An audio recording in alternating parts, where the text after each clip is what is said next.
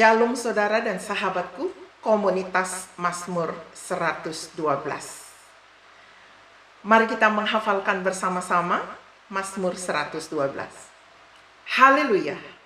Berbahagialah orang yang takut akan Tuhan dan yang sangat suka akan segala perintahnya. Anak cucunya akan perkasa di bumi.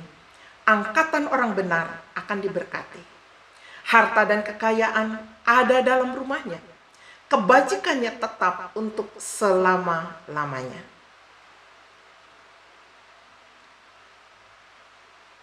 Dari dalam gelap terbit terang bagi orang yang benar.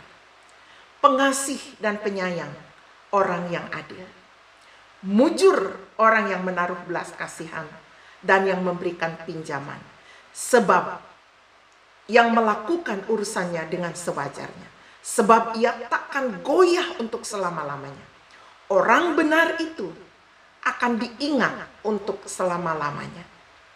Ia tidak takut kepada kabar celaka. Hatinya teguh. Ia tidak takut. Sehingga ia memandang rendah para lawan-lawannya. Ia membagi-bagikan. Ia memberikan kepada orang yang miskin. Kebajikannya tetap untuk selamanya. Tanduknya meninggi dalam kemuliaan. Orang fasik melihatnya, lalu sakit hati. Mereka menggertakkan giginya, lalu hancur. Keinginan orang fasik menuju kepada kebinasaan. Saudara, firman ini benar.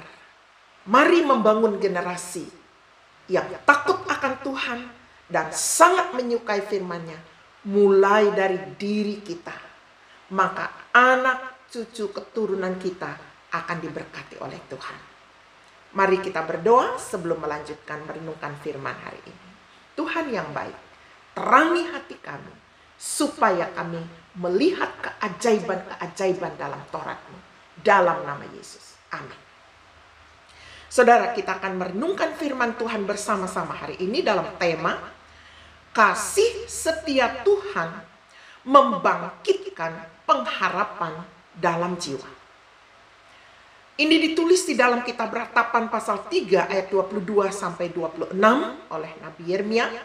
Demikian firman Tuhan. Tak berkesudahan kasih setia Tuhan. Tak habis-habisnya rahmat-Nya. Selalu baru tiap pagi.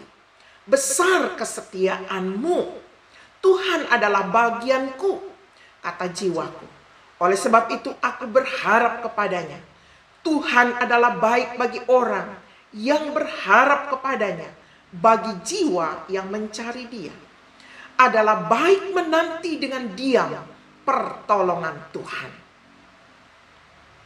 Kita masih ingat Yeremia adalah salah satu nabi yang menyampaikan peringatan-peringatan dan nubuatan kepada bangsa Israel sebelum mereka masuk dalam pembuangan.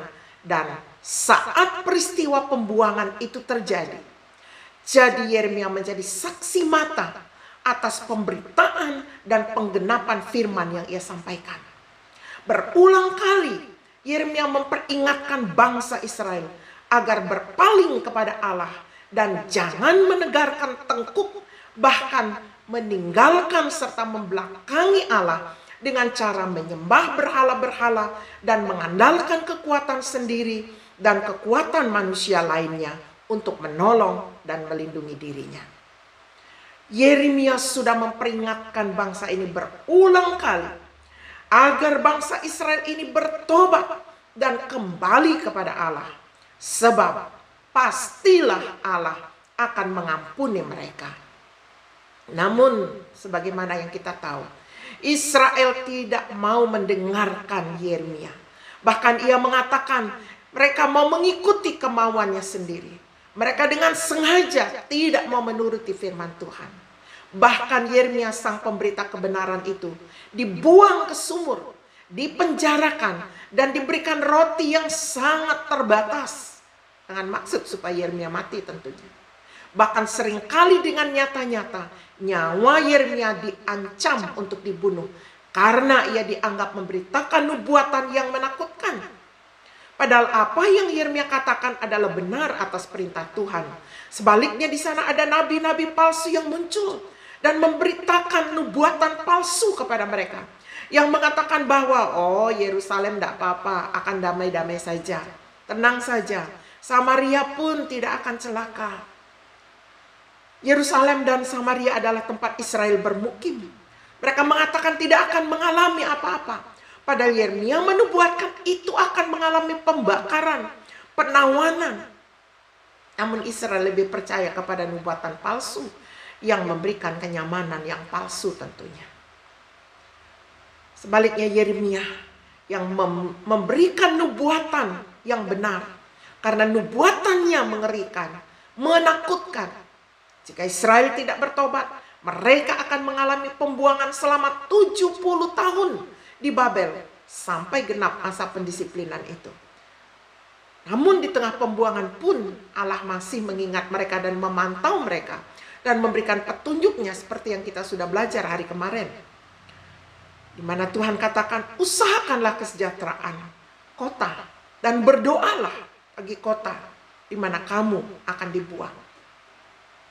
Silahkan menanam, silahkan membangun rumah, silahkan menikah dan beranak cucu di sana. Ini juga memberi aplikasi kepada kita.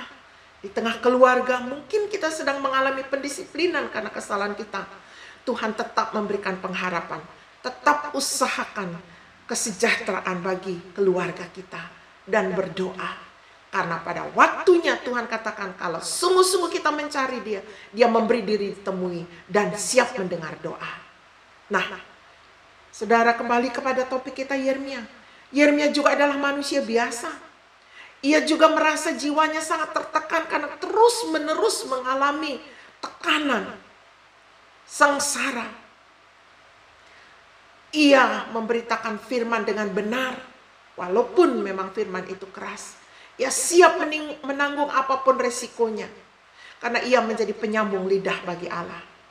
Firman itu sangat dahsyat. Dituliskan dalam Yeremia, firman itu bagaikan api dan bagaikan palu yang menghancurkan apapun yang ditemukannya.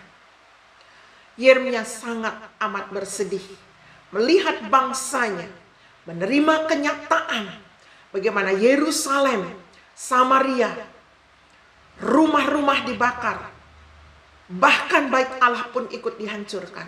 Semua peralatan yang terbuat dari emas, perak, dan barang-barang mewah dibawa, diangkut ke tempat musuh, ke negeri musuh. Raja-raja mereka pun dan penduduk pun ditawan. Hanya ditinggalkan penduduk yang miskin. Sebenarnya Yeremia pun ikut dalam penawanan tadinya, namun akhirnya dikembalikan lagi ke Yerusalem. Dan Yeremia tetap menyuarakan suara kenabian di tengah-tengah kesengsaraan ini bagi rakyat Yehuda yang masih tertinggal, yang memang dibiarkan tinggal di sana karena miskin. Inilah kata-kata penghiburan yang Yeremia ucapkan. Tak berkesudahan kasih setia Tuhan. Di tengah tekanan, di tengah kesengsaraan yang dialami, inilah yang dia terima. Tak berkesudahan kasih setia Tuhan. Tak habis-habisnya rahmatnya, selalu baru setiap pagi. Besar kesetiaanmu, Tuhan adalah bagianku, kata jiwaku. Oleh sebab itu aku berharap kepadanya. Tuhan adalah baik bagi orang yang berharap kepadanya. Bagi jiwa yang mencari Dia, adalah baik menanti dengan diam pertolongan Tuhan. Mengapa demikian? Ia melanjutkan dalam ayat di bawahnya. Karena tidak untuk selama-lamanya Tuhan mengucilkan. Kalaupun Dia mendisiplin, pasti ada batas waktunya. Karena walau Ia mendatangkan susah, Ia juga yang menyayangi menurut kebesaran kasih setianya. Karena tidak dengan rela hati Ia menindas dan merisaukan anak-anak manusia. Saudara, ini juga bisa kita aplikasikan dalam kondisi kita pada hari ini. Artinya, kasih dan kesetiaan Tuhan yang membuat Tuhan mendisiplin umatnya dengan cara yang terukur. tidak melebihi kekuatan kita, seperti ditulis di dalam 1 Korintus 10 ayat 13. Pada akhirnya Allah juga yang akan bangkit dan menyayangi umatnya. Dikatakan dalam Korintus, ia menyediakan jalan keluar supaya umatnya cakap menanggung. Biarlah pengalaman Yeremia menjadi sebuah contoh yang real, yang nyata bagi kita hari ini. Apabila kita pun mengalami kondisi yang tertekan, sedih, bingung, hati yang pilu, mengapa semua ini terjadi? Ingatlah firman-Nya, bahwa kasih setianya yang selalu baru setiap pagi, itu bagaikan api dan palu yang menghancurkan, yang sangat dahsyat, dan itu pasti digenapi. Kasih setianya itu mampu menghanguskan dan menghancurkan karena firman-Nya dahsyat.